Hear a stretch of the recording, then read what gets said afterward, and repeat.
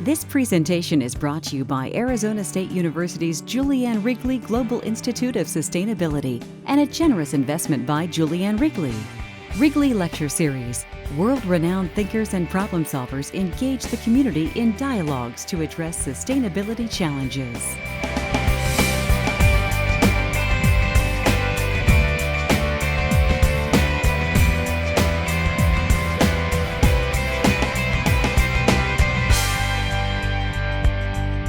Welcome, everyone. Thanks so much for coming.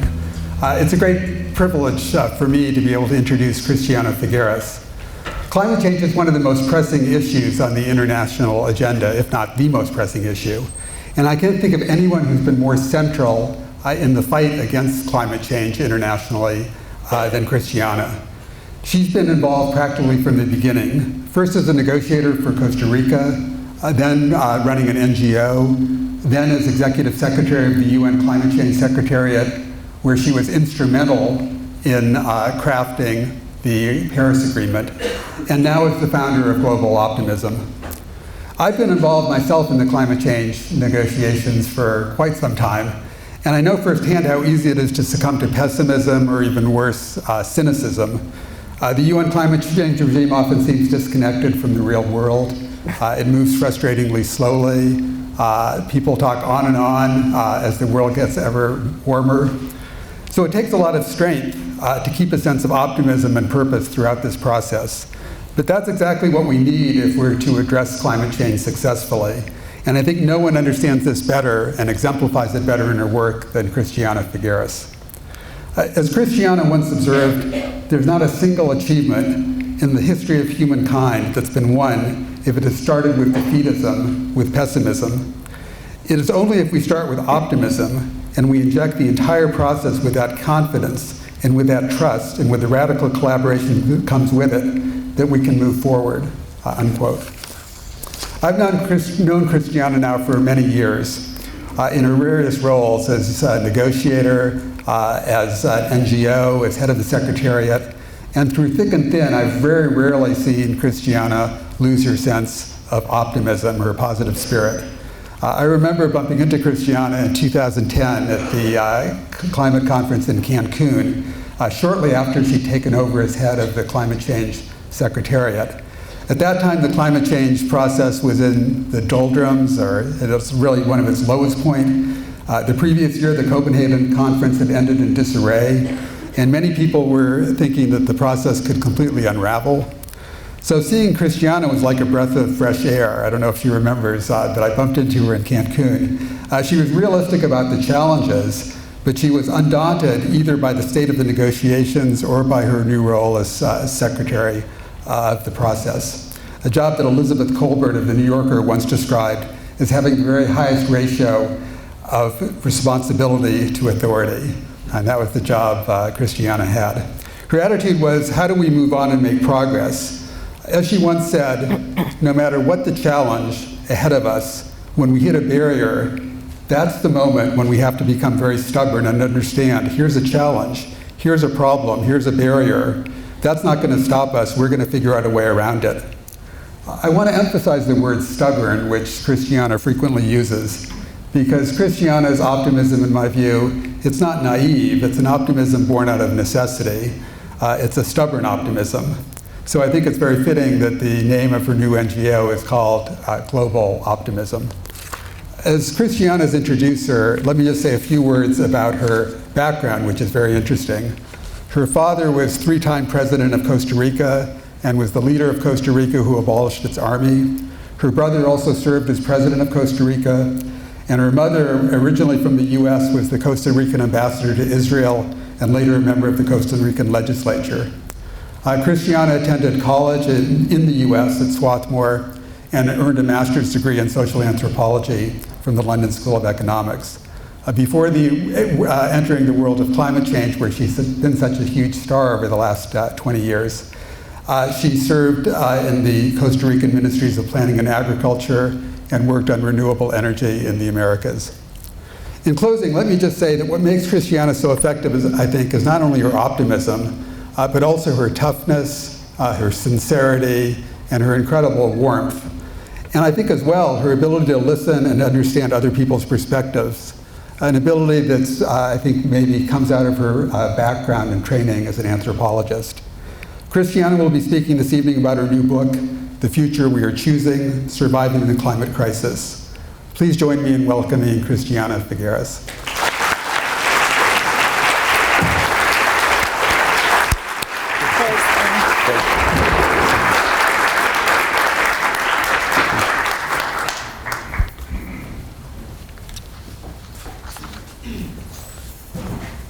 I think these are Dan's notes.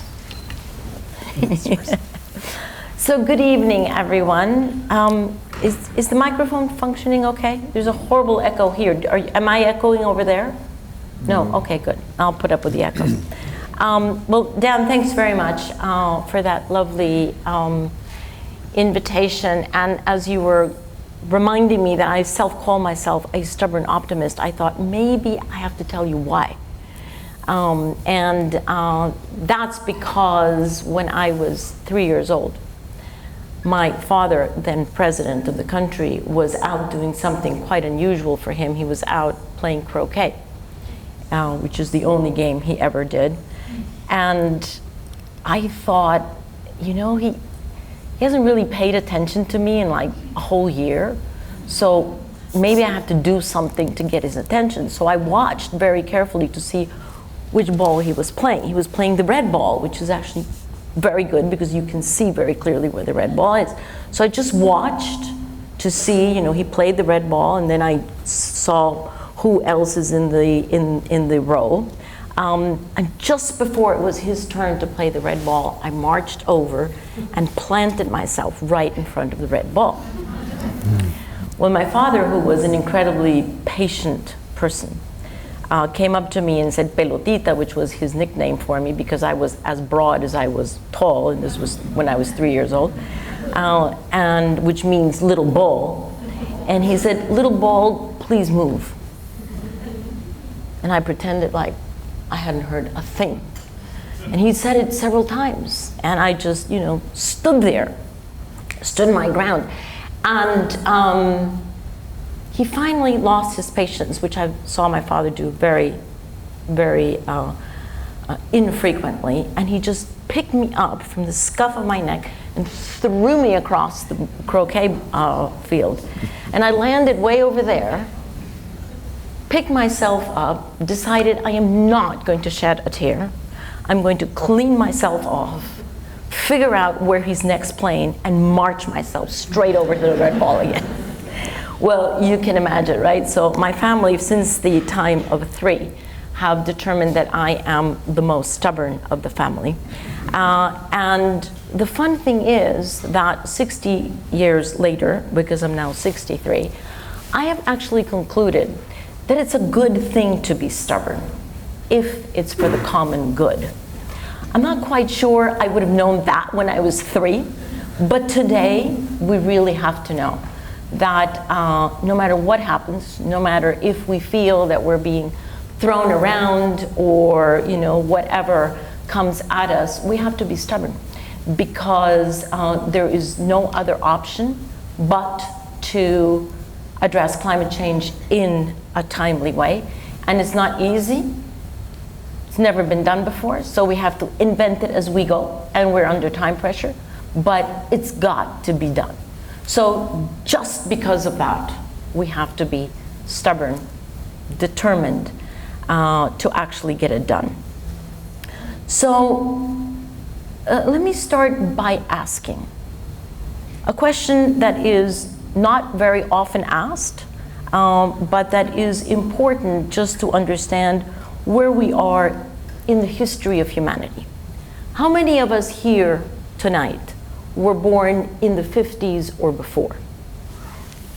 Oh my gosh. Wow, that's like almost half. Okay, I didn't expect that. I thought there would be much fewer of us. But I have to say, congratulations. Because we belong to a very particular set of human beings, of which there are every day fewer. And those are the human beings who have actually lived through 2 geological periods. So I know when we think about geological periods, we go to the dinosaurs. Doesn't mean that we are dinosaurs, at least not yet.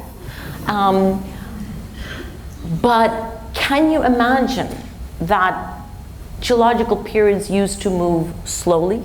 Well, they don't anymore, because those of us who were born in the 50s or before, were born in the geological period that was called the Holocene, which was a geological period that lasted more or less 12,000 years, during which, in her infinite wisdom, nature came to have what I would call a sweet spot of precipitation, of temperature, of ocean variations, ocean movements. Everything just came together to give humanity the capacity and the ability to develop from basically a couple of thousand humans who, during the ice age before the Holocene, were spread out mostly in the southern part of the planet, and only a couple of thousand of them. But then in the Holocene, we had such perfect conditions that we went from a couple of thousand to the 7 billion that we are today. That is completely unprecedented in the history of the planet, and the planet is 4.5 billion years old. And that condition that was basically, it's been described as the condition of life that engenders life, because so much life, certainly human life, but many other forms of life, developed very quickly in those 12,000 years. Now, we all could have continued in the Holocene because it was so perfect for human development, but we didn't. Because more or less in the 50s, and scientists have decided it's in the 50s, is the first time scientists can say when does a geological period start and end. But in the 50s, and they're now about to decide if they can, which year in the 50s, and I'm so praying that it's going to be after 1956, because otherwise, so boring. All these young people, raise your hand, all of you who have only experienced one geological period. Okay, well, I'm thrilled that you're so young, but I'm sorry, because you have only lived on this planet during the new geological period that is called the Anthropocene. And in this Anthropocene, we humans, for the first time, we created the change of one geological period into the other. Previous to that, over 4.5 billion years, it was the planet herself who had actually moved us from one geological period to the other. But now we humans have the power to determine geological periods. And that's why it's called the Anthropocene, anthropos being human, because during the Anthropocene, not only have we caused a change from the Holocene to the Anthropocene, but actually we have decimated the planet.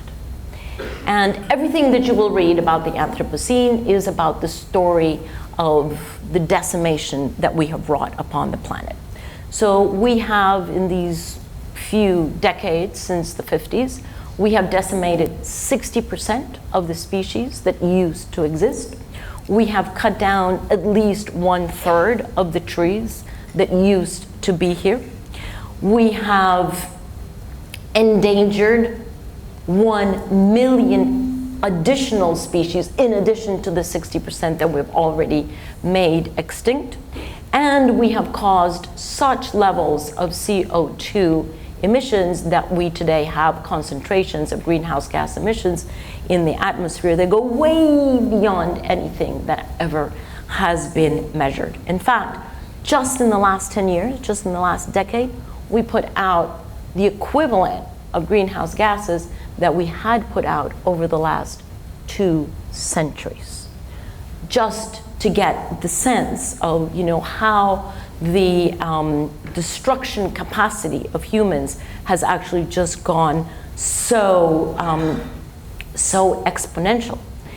And this was unintentional, I would say, certainly unintentional on the part of most, but decisive, very decisive. And it has slowly risen up to our attention to the point that now it really is being recognized, not just by governments, some governments, as the greatest threat that we have ever faced, but actually now by industry. I was just last week in Davos at the World Economic Forum, and most people arrived in Davos, Switzerland, thinking they were going to the World Economic Forum. They found themselves in the World Climate Change Forum, because there was no other discussion about anything else except climate change.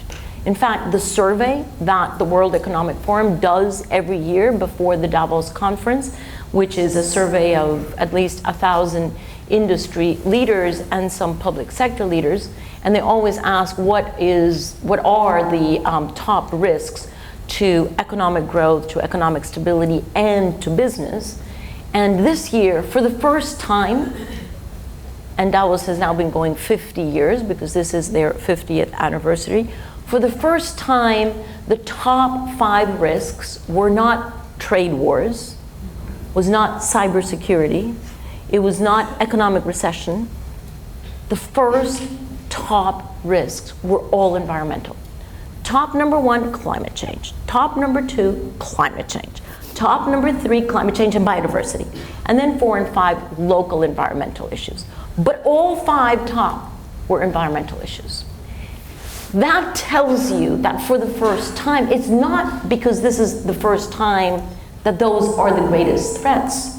It's because it's the first time that they're being recognized as such. And of course, that comes from several places. It comes from the fact that science is much more granular and detailed now, but it also comes from the very painful, increasing evidence that we have before our eyes. The fact that over the past 12 months, we had fires in the Amazon, in California, in the Siberian Arctic, and in Australia should be a very clear signal to us that things are really very wrong. The fires in Australia burned down the equivalent of 1/2 the area of Germany, 2 times the area of Belgium. At least 1 billion animals were burned to death. And the economic cost is more or less being estimated at this point as 100 billion Australian dollars, 80 US dollars to the economy, which is about 5% of the Australian economy. Those are disasters that A, could have been avoided, but B, are situations that are actually quite foretelling of things to come if we do not change our ways. So let me walk you through a possible, just remember that, I think that's an adjective, right? Yes. A possible scenario that we could find ourselves in if we continue to sleepwalk our way into the future. Imagine that we are now in the year 2050, and we have done nothing more on climate change than what we've done up until today. Let's say we take what we've done now and we just go flat and no further effort. Here's the world that those of you who will be there, and many of us Holocene people will be in wheelchairs, but we might still be there. You will not be able to breathe the air when you go out of your house without a mask. You will have to wear a mask every single time that you go out. There will be vast swaths of North Africa, of Australia, of course, of Western United States that will be rendered practically uninhabitable because of temperature and absence of water. In fact, it will be impossible to either work or play outside. The forces of nature will be such that there will be constant and increasing levels and depths of infrastructure destruction. And that will lead, between the heat, the lack of water and food, and massive infrastructure destruction, that will lead to massive forced migration for survival reasons, merely survival reasons. And now just imagine the political and social pressure that those massive migrations will have from, for example, the tropical parts of Americas up into the United States, the tropical parts of Africa up into Europe. This is something that we have never experienced before. The migration that we are experiencing now is nothing compared to the pressure that we will have, let alone the new diseases that are going to be unleashed, coronavirus being a small example. So the reason why I walk you through this is because we have to understand the consequences of continuing under business as usual. Not a world that I want to give to my children, my grandchildren, or their descendants. Not a world that you want to bequeath to any of your descendants. Here's the good news. That world is possible if we're so irresponsible and continue what we're doing, but it is not inevitable. And that's the point that we really have to understand. It is absolutely not inevitable. This decade, Happy New Year, 2020, this decade, not just this year, but this is the decade of the 20s, is the decade during which we collectively, all of us, in particular the adults, because this is not the responsibility of young people, especially if they're under 18, but those adults that are sitting at the different decision tables. This is the decade during which we will decide whether we go to that world that I have just described, or whether we go to a radically different world. And now let me invite you into that radically different world, a much better world that we can choose to create, but we have to choose it intentionally. In this other world, you go out and actually the air is fresh and it's moist. Why? Because we have regreened the planet. We started a massive tree planting campaign. By the way, it just started last week in Davos, 1 trillion trees campaign. We have regenerated our soils. We have regenerated our oceans. We have transport, public transport. I know that's heresy in the United States, but it's going to happen. We have public transport. We have shared transport. Transport is clean, it's efficient, it's interconnected. It has intermodal capacities. And it is smart. And energy. Energy is now not only clean, but it's actually cheap, getting close to zero cost, and ubiquitous, which means there is energy certainly in Arizona, but there's also energy in every single little hut in Africa. And what that means is that all of those people, 800 million people today without energy, can actually improve their economic level because now they can have different activities during the day, and children can study at night. Makes a world of difference for those people who are currently unelectrified. So there you have it. 2 different worlds. Both are entirely possible. Entirely possible. Now, this second world that I've just described for you, which is clearly the world that we want, the world that we want to bequeath to our descendants, it is possible, but it is not yet probable because we haven't taken the decisions that are necessary to create that world. In the Anthropocene, for the first time in the history of humanity, we are holding the pen on the future. It never used to be like that. It was always nature that decided what would come and what would happen. And now, in the Anthropocene, we hold the pen and we decide what the future is. And our task, our collective task, is to make that second world that we really want, to take it from being not yet probable to it being likely and then completely unstoppable. Because That is what we human beings want to do with our lives, and that is the only way that we're going to be able to look at ourselves in the mirror and know that we're doing the right thing. And you know, it may seem like it's impossible, but the fact is, change always takes longer than you think, and then it happens faster than you ever thought. And we are just on the verge of that. We're just on the verge of being able to choose the right path. But it's got to be chosen in this decade, and let me tell you why. Because if by the end of this decade, if by 2030, we have not halved, that is HALFED, if we have not cut to 1/2 the global emissions that we have today, then there's no way that we can get to world number 2, because we will already be down that path. Think about this either as an elastic band that we're pulling and pulling and pulling, and by 2030 it will snap and we can't go back. Or think about it, if you will, as a highway in which we're going down a certain highway. We know we have to take the exit because the business as usual direction doesn't work, but then we daydream and we go past the exit and we continue down the highway, and we know that that was the right exit to get us to our destination. But we continue down the highway, and you know what happens, right?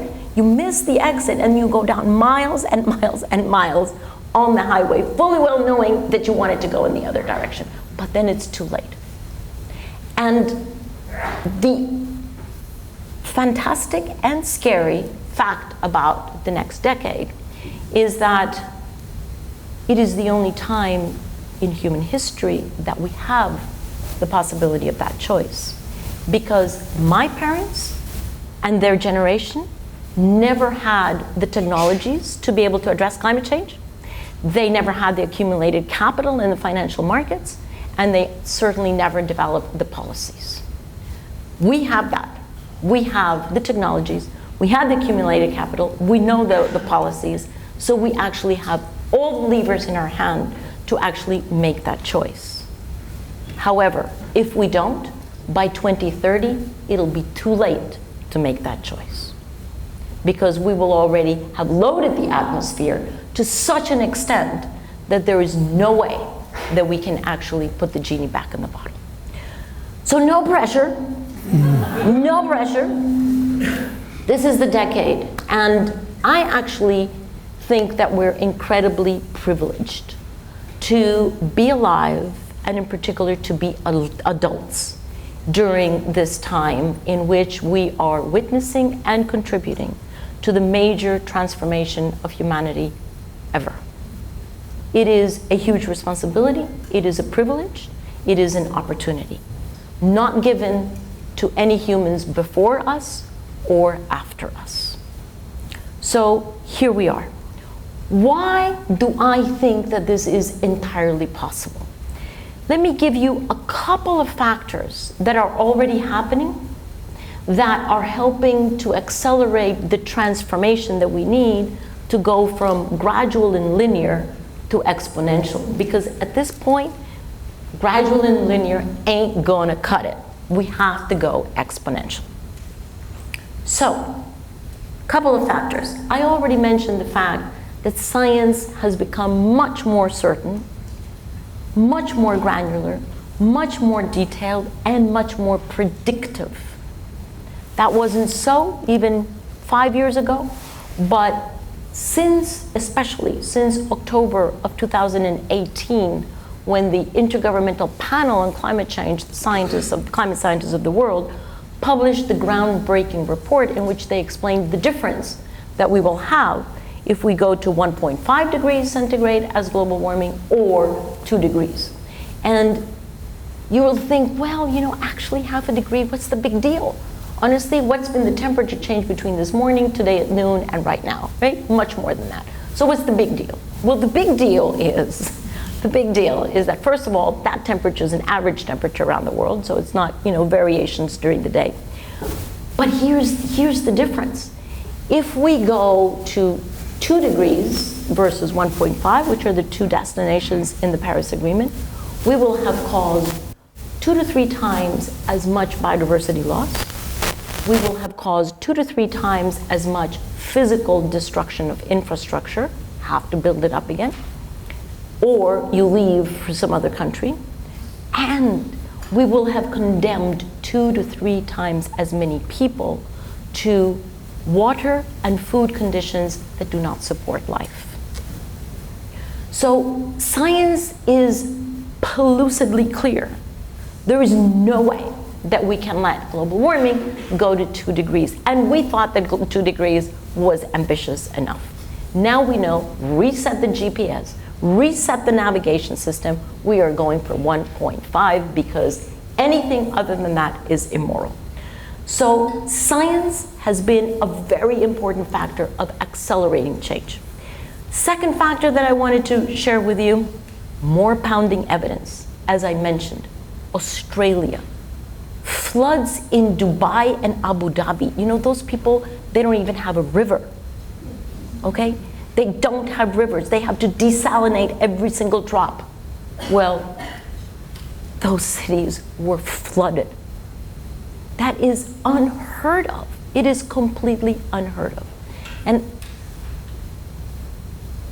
any child who was born in 2012 or any year thereafter has not lived a single day without some kind of a climate change disaster hitting the planet somewhere.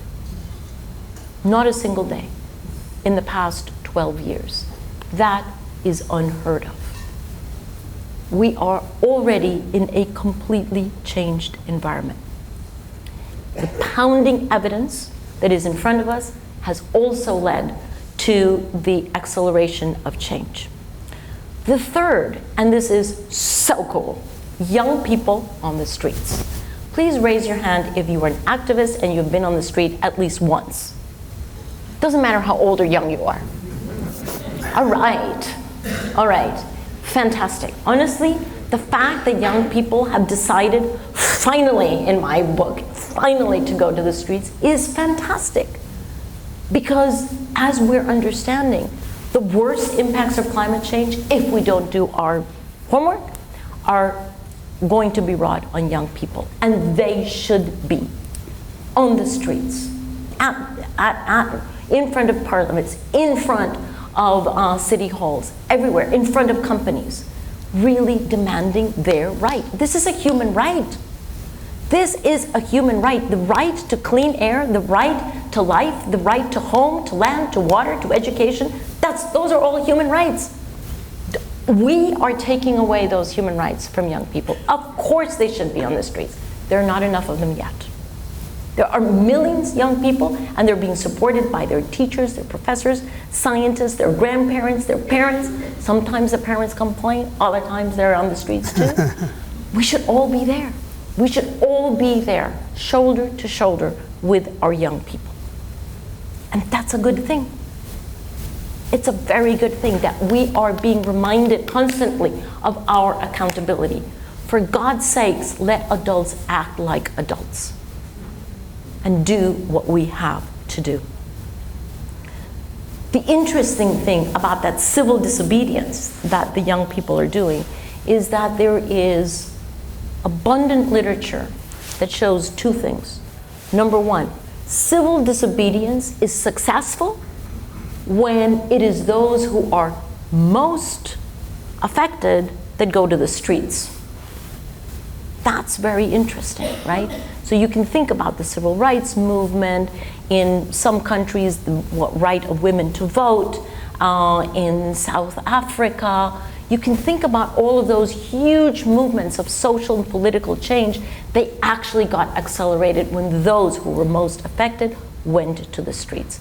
It is our young people who are most affected. Of course, they have to be on the streets. The second thing that the literature shows is that social and political / economic change actually is successful when you have 3.5% of the population behind it. That's doable.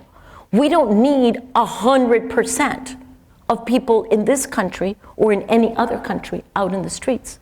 We need 3.5%.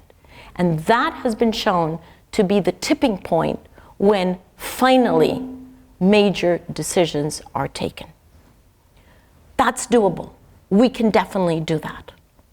So I'm expecting more millions of young people and not so young people out in the street this year so that we finally get it, that this is it. We are facing that exit in the highway and we have to take it. The fourth thing that is already accelerating change is courts are beginning to weigh in. Did you know that there already are more than 1,300 litigation cases around the world around climate change? Most of them because of the impingement on human rights. That's good news.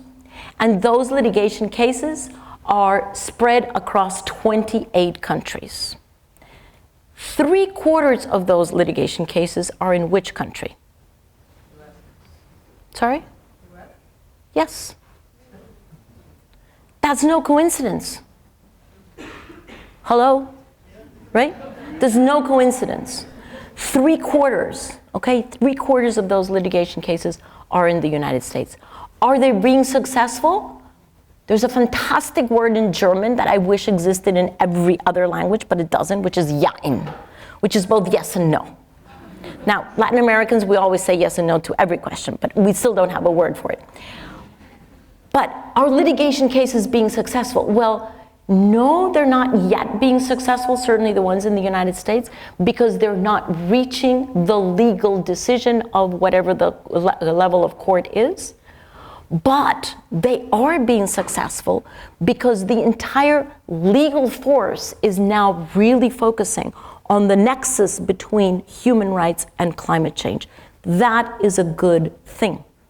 And we have a couple of cases that have been successful. And here I want to point out the most recent case that all of us who are in this really celebrated, which was in the Netherlands.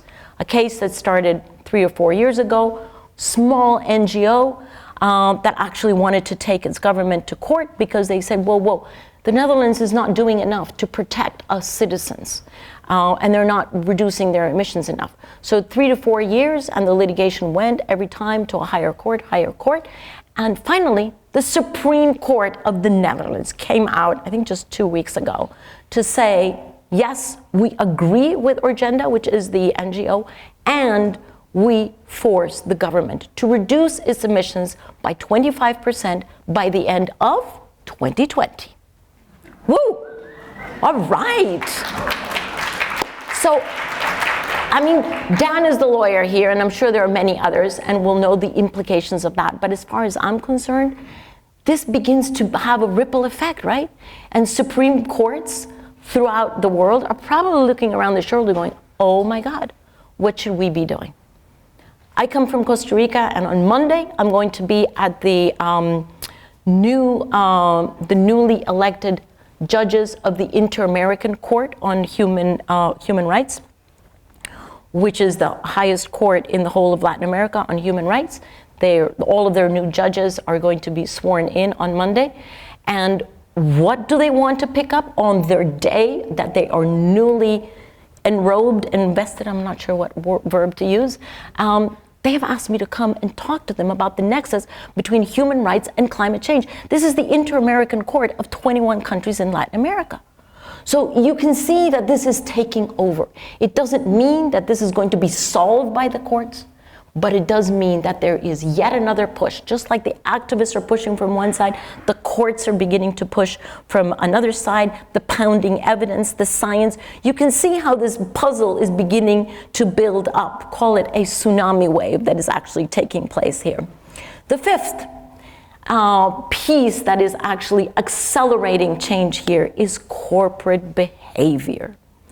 Yes, it doesn't mean all corporates, right? There is no monolithic understanding of a corporation or all corporations, But it is definitely changing because they're beginning to understand that there is a business case for acting on climate change. There's a business case for reducing their carbon, whether it's in their operations, in their products, or their services. Because having high carbon operations, products, or services actually is becoming a liability and a huge risk. And they're beginning to understand that, and they're beginning to shift over. So today, we already have 800 of the largest corporations of the world that have adopted something called science-based targets. And science-based targets means they have internalized what science says, what the reduction of emissions has to be, and they're going, okay, we're in, we're gonna do it. How are we gonna do it? We don't know, because honestly, none of them know. How are they gonna get to net zero emissions by 2050 and to half of their emissions by 2030? They don't know. But they are challenging their employees, their customers, their clients, their shareholders to come with innovative and with ingenuity ideas that are going to help them to reduce. And they have that commitment. If you don't have a commitment down the line, there's no way that you're going to reach it. You have to have a commitment. You have to have clarity of your destination. And you have to be optimistic about it. You have to say, I don't know how I'm going to do it, but I'm going to have everything that is within my power, I'm going to throw at this problem. And we're going to collectively solve it. If you don't have that attitude, you do not change anything. And that is true about climate change, but it's also true about anything in our personal life. If you want to run a marathon, just to take an example, if you want to run a marathon and you say, well, I'm going to run a marathon, but actually, I don't really think I can. I can't take the time out to train. I don't really want to do, the high protein diet. What do you think? You won't run the marathon. If you say, I'm going to run the marathon, this is the date, and this is my schedule, and I'm not exactly sure how I'm going to get to the end of the finishing line, but I'm going to throw everything that I have at this. You have at least a fighting chance of running that marathon. You may not be the winner, but you have a fighting chance of running the marathon. Same thing for everything in life, same thing for climate change. If we don't have a clear destination and throw everything that we have at it, we're not going to do it. And as we've already established, we, the royal we, there's no other option but to address climate change. So why is this happening? Why are corporates actually taking these very clear destinations? Well, because they have understood that cutting carbon out of their operations and their products and services increases their efficiency. It motivates their employees and their clients because all of a sudden they get a much better reputation. It is giving them increasing access to finance because capital markets are shifting over. And perhaps the most important thing, the one thing that corporate leaders always tell me why they're doing this, because they want to be able to hire the best and the brightest. And because bright young people do not want to sell their brains to corporations that are irresponsible and are robbing them of their future. And well done. Well done.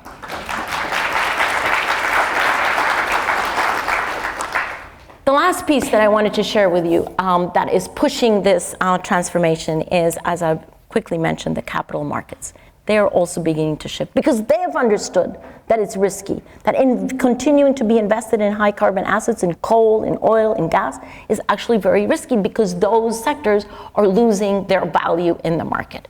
And so we have quite a shift. We have already $12 trillion in capital markets that are shifting away from high carbon into low carbon.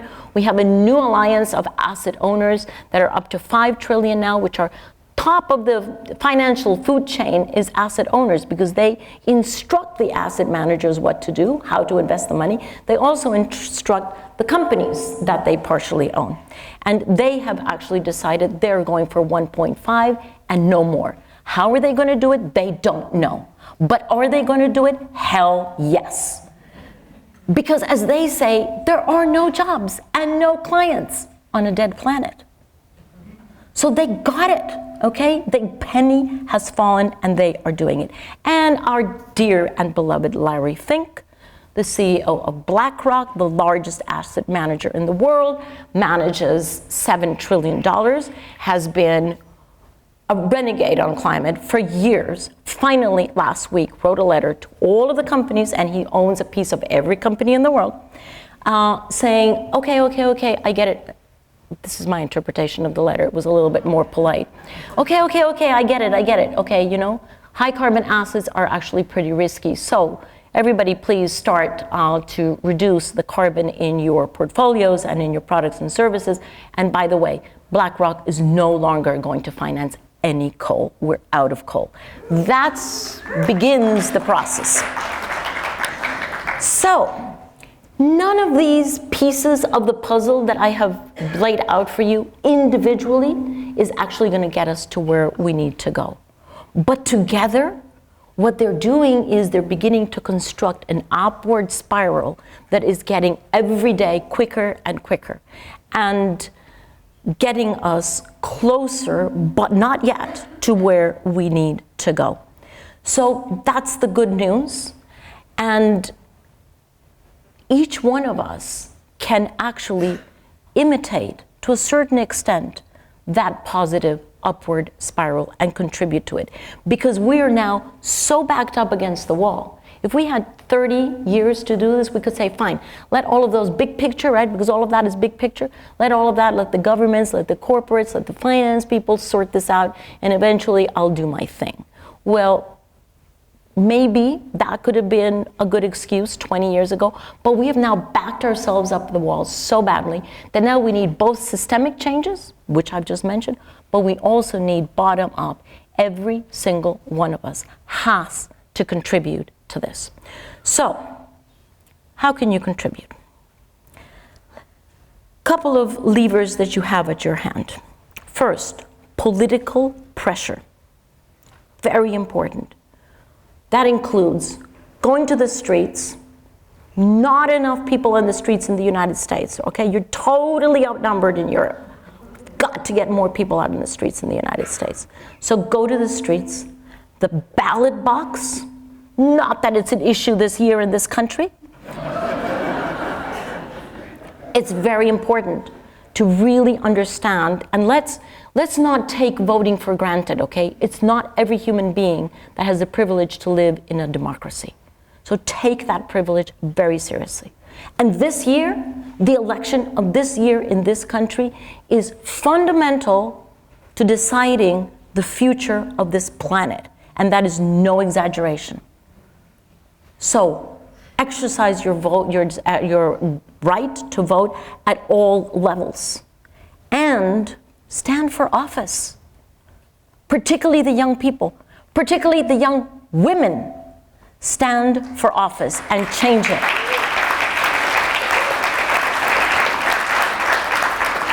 Parenthesis, there is a very courageous young woman who's standing for office here for City Council of Phoenix. Yasmin, do you want to stand up? No, stand up!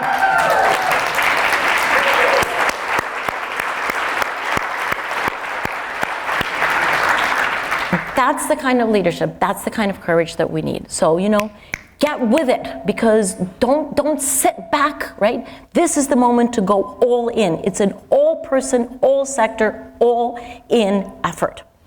Second lever that you have in your hands, in addition to political pressure, economic signals. What you eat and what you buy as your food sends signals to those companies that produce that food. There are now at least 2, but maybe more, alternatives to cow hamburger, plant-based hamburgers. Why? Because people are asking for it. That's why. It's not because they invented it, it's because they can tell that there is a demand in the market. So what you eat is actually important because it sends the signals.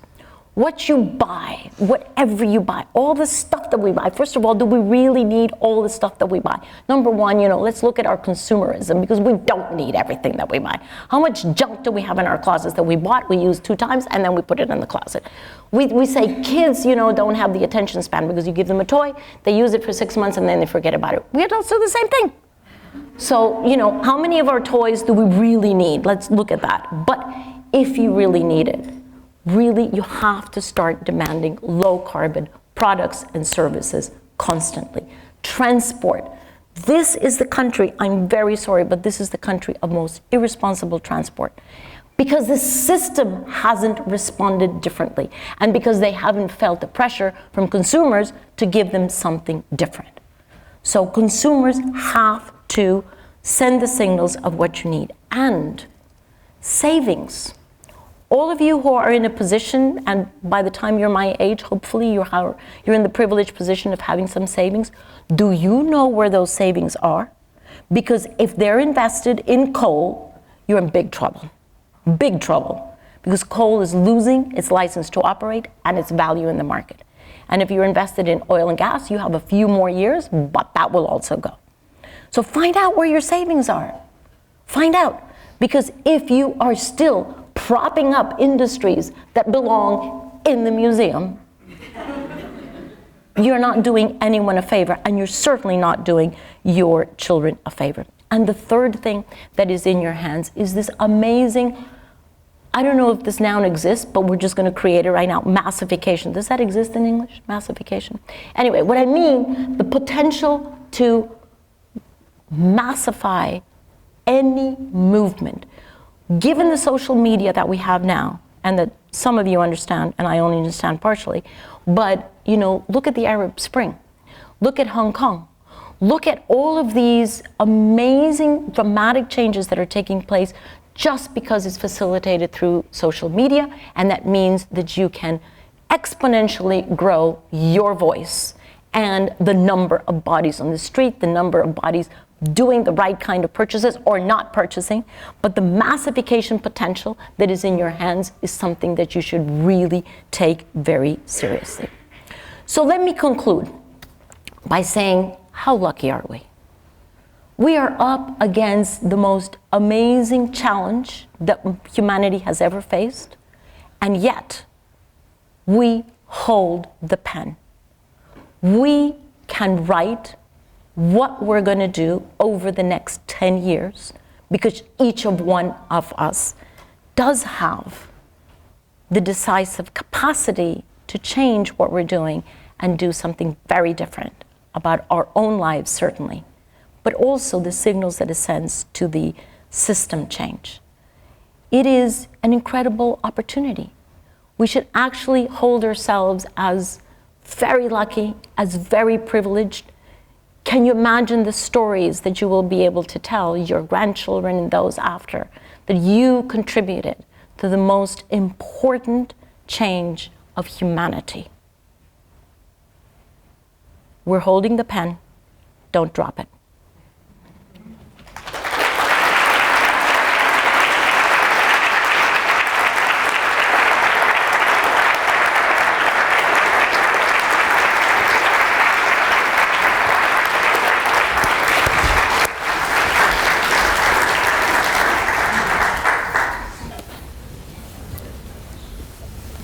Well, thanks, Christiana, for that amazing talk, really inspirational talk. I hate to raise this, given how inspirational that was, but given that we both worked on the Paris Agreement. It was inspirational, but. But I was intrigued by the fact that in listing all the different pieces of the puzzle that you mentioned for solving the climate change problem, all of which I agree are incredibly important, you didn't mention the Paris Agreement among the pieces of the puzzle. And I was just wondering, this is supposed to be the year under the Paris Agreement on climate change, the year of ambition, when countries can come forward with new pledges about what they're going to do to try to raise their ambition, to try to close the gap between the emissions and what we need to, where the pathway we need to be on to get to 1.5 degrees. And I'm just wondering, what's your assessment as to where the Paris Agreement stands and how can it contribute? Do you think it's on track to trying to deliver change, or do you think these other levers that really are less dependent on the Paris Agreement are really where we should be focusing? I don't see what the difference is. The Paris Agreement, what it does is basically, it marks, if you will, the highway that we have to follow. And everything else is just contributing to that, whether it's the finance or whether it's the corporates or whether it's, the courts or whatever is just contributing to following the path of decarbonization that is set out in the Paris Agreement, which is not invented by the Paris Agreement or by countries, it's actually determined by science. So all of this is only contributing to that, and we have to understand that the Paris Agreement, contrary to the previous legal instrument, the Kyoto Protocol, the Paris Agreement was always set out to be a multi-decadal legal instrument where every 5 years countries come together to take a look at their admittedly already insufficient efforts and then increase their efforts. So that's the question, actually. That is the question. The question is, what is going to happen this year? Because the Paris Agreement is set up on these 5-year cycles, and Paris Agreement was adopted in 2015, so 2015 in Costa Rica at least, plus 5 is 2020. I hope it's the same math in Arizona. And so now this year is the most important international negotiation since Paris, where countries are expected to come to the table and increase their ambition. Well, there's one country, shall not be named, who we know is not going to increase its ambition.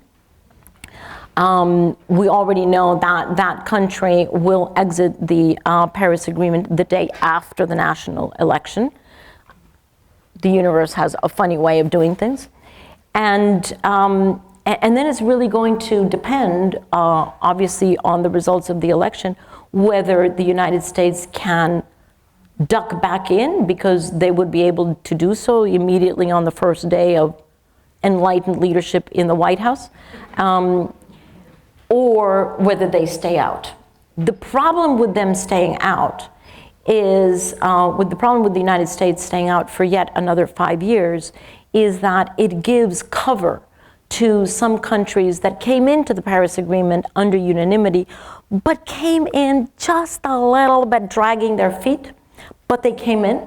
And if the United States stays out for another 4 years, it gives them the excuse to drag their feet.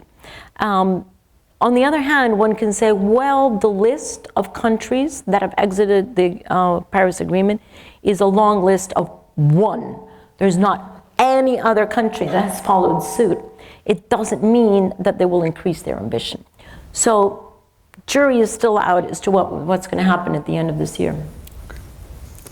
Okay. Thanks. So, one of the questions I think that's in the political debate here in the U.S. as to whether, as to how to address climate change, is whether it can be dealt with through sort of incremental changes to the existing economic system, things like changes in the price signals through carbon taxes, or whether it needs some more fundamental changes to the whole economy and our relationship with nature. And I was wondering whether you could comment about the degree to which we really require radical changes to the economy versus the kind of more incremental. Give me an example of a radical change to the economy. Well, something that really is something fundamentally different than relying on capitalism and the price signals and things like that. Because we can't rely on companies and capitalism to be able to address the problem. I don't think capitalism is the answer to everything that we have. Definitely not. But I am convinced that we don't have the time to radically change capitalism before we cut our emissions in half. So it's a question of timing. I mean, if we haven't even agreed on, a price on carbon, are we going to agree on the alternative to capitalism? I just don't think that's going to happen in the next 10 years. And so, all things are important, but some are more urgent than others. And cutting our emissions really does determine the quality of life on this planet for hundreds of years. I can't emphasize that enough. And so my sense is, why don't we, tinker is perhaps not the word, but why don't we adapt the capitalistic system that we have now to a system that is, and I think we're already in the process of this. Capitalism, if it's understood in its way outmoded and traditional way of generating profit for the benefit of shareholders only, let's say that's, an irresponsible definition of capitalism. Well, what if we have a capitalism that generates profit for the benefit of all stakeholders? Shareholders, clients, citizens, employees. That, maybe you call it a socialist capitalism, I'm sorry about that weird term, but I think that's entirely possible. And those companies that have really engaged seriously with climate change, as well as with all of the other ESG, environmental, social, and governance issues, are beginning to move toward that. Toward, let's say, an enlightened capitalism in which they understand that, of course, they have to have a profit, but it's not just for shareholders. They have to have a benefit for the planet, for people, including their customers and their employees, as well as for profit. So people, planet, profit is basically the triple bottom line that most enlightened companies are following now. And I think that gets us pretty well, at least to the end of this decade. And then, everyone who wants to reinvent or substitute capitalism, please be my guest, but not before 2030. Great. Well, thank you. And I should have said at the outset, by the way, that we invited questions beforehand from the audience. And thank you all for the questions you submitted in writing, and the questions I'm asking are based on questions we received from you all. So my next question is that the UNFCCC has a big initiative called Action for Climate Empowerment, or ACE, which is focusing on public education, training, public awareness, public participation. What do you see as the potential for ACE to contribute to substantial change on climate change? And since we're here at a university, what in particular do you think the role of the university should be? What more can we be doing as teachers, educators, students, to try to address the climate change problem? Well, I think the role of academia is absolutely critical in this, because academia is on the cutting edge, right, of the development of many of these concepts, and very often, in fact, even in the development of technologies.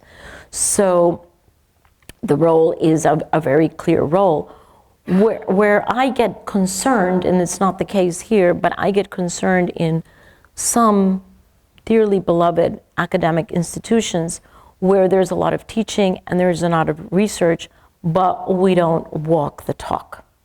And our campuses are not sustainable. And we have a very high carbon footprint, on and on and on. We've got to be consistent. And we can't just teach sustainability, we actually have to live sustainability, because it gets into our DNA, right? And it becomes our personal culture. So it's got to be consistent all the way through. And if it is consistent, that is the most powerful message. Then you can really use that solid basis to push the envelope and be able to understand what I think is beginning to be understood in the policy field, but that is very well understood in the academic field, which is the interrelationship between all of these issues, right? In the policy field, we have this stupid silo thinking that biodiversity is over here, and oceans are over here, and climate is over here, and on and on and on. And that's not the way nature works, and it's certainly not the way we should go at this, because all of it is interlinked. So the fact that here, for example, you do understand that all of this is interlinked, and that moving one piece in one actually positively affects everything else. That concept is still in its infancy and really needs much more honing, as well as the concept, which I was just talking to Peter about our capacity to create the future, right? This book that we are bringing out on February 25th is called The Future We Choose, because it is a choice.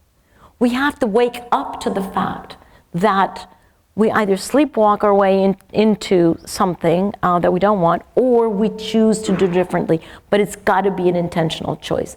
And that has got to be ingrained into young people's psyche from the moment that they enter college, if not before.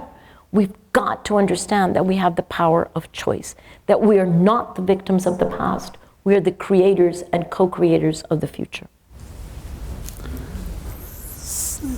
So I wanted to ask you, how worried are you about the problem of potential tipping points, where something happens and the climate system goes in a nonlinear direction and just goes off the cliff? For example, melting of the permafrost leading to emissions of methane.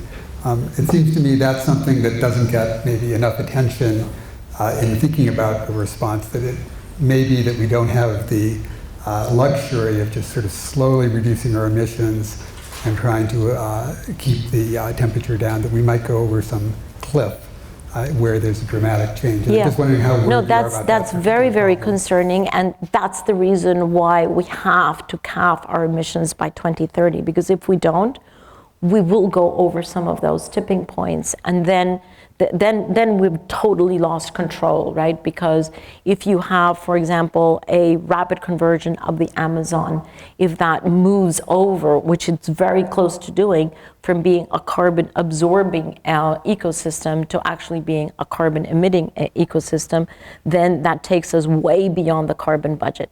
If we have a certain degree of permafrost thawing and methane release, 20 times as potent as CO2, then that takes us way beyond the carbon budget. And there are so many of these systems that can tip very, very quickly.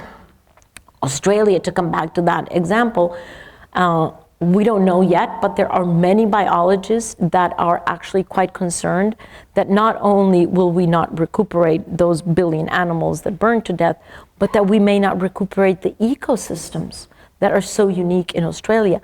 If that is the case, that would be the first tipping point that is caused by irresponsible management of burning of fossil fuels. And it's very visceral, because we all saw that, right? We all saw it, so it's happening right now, right in front of our face. And we are much closer than we think.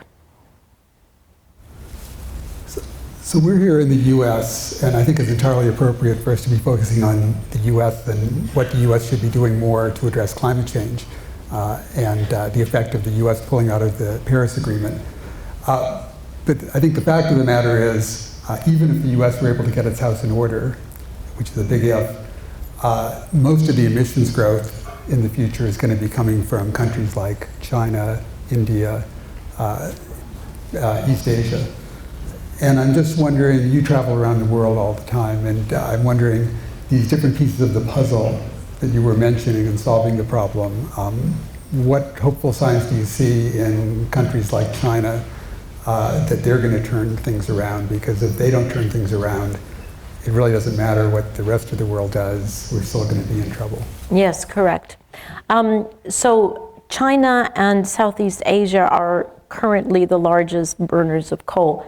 They always were. What they're doing now is they're burning, the increase of coal is a lower rate. Did I explain that correctly? Yeah, the increase of coal is at a lower rate. So that doesn't solve the problem, and that needs to be accelerated.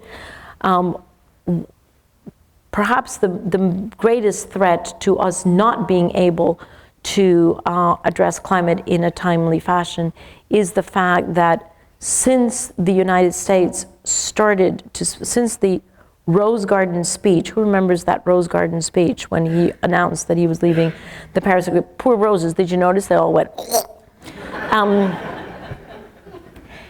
Since that announcement 2 years ago, or a year and a half ago, China has begun to somewhat pull down its coal plants, which is what's aggressively doing before. But more concerning, it has begun to finance a lot of coal in other Southeast Asian countries. So has Japan, and so has Korea. That is relatively new. That is one of the things, that I point to as hiding under the skirts of the United States, because the United States leadership is gone, And the United States had been so effective in pulling all of these players down the right path. And so that is very concerning, because it's not just China and India per se. China is actually investing domestically more into solar, wind, electric vehicles, and battery storage capacity more than any other country in the world. Why? Because they want to be competitive. And they know that we're going into a decarbonized economy, and so they want to be competitive, and they're investing a heck of a lot domestically. But they are financing a lot of coal outside. India is also decarbonizing, very interestingly, mostly because of air pollution. And where they're decarbonizing most is actually in transport. So 80% of the vehicles in India are actually two-wheelers, motorcycles. If you've ever been in India, you know, it's, you know, don't cross the street, because you'll be flat on the street. So all of those, not all of them, but there's already quite a few states in India that are beginning to move all of those bicycles over to electric bicycles, with a very interesting business model of battery exchange. So instead of going and filling in, you know, in a gasoline station with gasoline, you actually go into the former gasoline station, you pull out your battery, stick it in, and take out a full battery and go. So it's a very interesting model that they're using, and they're doing it because of health reasons, because of the pollution. If you live in New Delhi, statistically, you live 6 years less than in any other city in the world because of air pollution.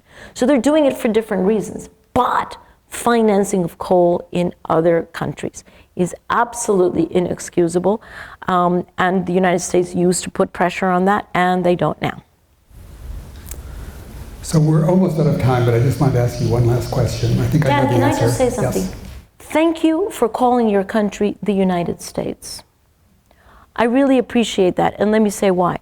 Because there is a long tradition, a long habit to call this country America. America is a continent. It goes all the way from Alaska, all the way to Chile and Argentina. There are more than 40 countries that are included in the continent of America. So when somebody says, the President of America, XX whatever, I go, excuse me, which president are you talking about? Because my president, that is also a president of America, my president is actually impeccable on climate change. So I don't think we're talking about the same president. But thank you for calling it the United States. And I would ask you all to, because honestly, all of us Latin Americans, we take exception to that. What do you mean, the President of America? Is he the president of the whole continent? I sure as hell hope not.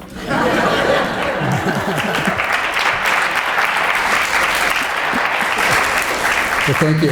So I just wanted to ask you one final question. I think I know what your answer is going to be, but before the Paris conference, you were quoted as saying, it's so cool to be alive right now. And I'm just wondering, is that still the way you feel? Totally. Totally, because now we really, I mean, honestly, before Paris, I didn't understand this whole thing of the Holocene and the Anthropocene and these 10 years, and all of this is completely new to me. So I just think, how cool is it? How cool is it, the fact, as I said before, that we are holding the pen on the future. Never before and never after. It is only us, and only for the next 10 years. If that is not a privilege, I don't know what is. Well, thank you so much. As a small token of our appreciation.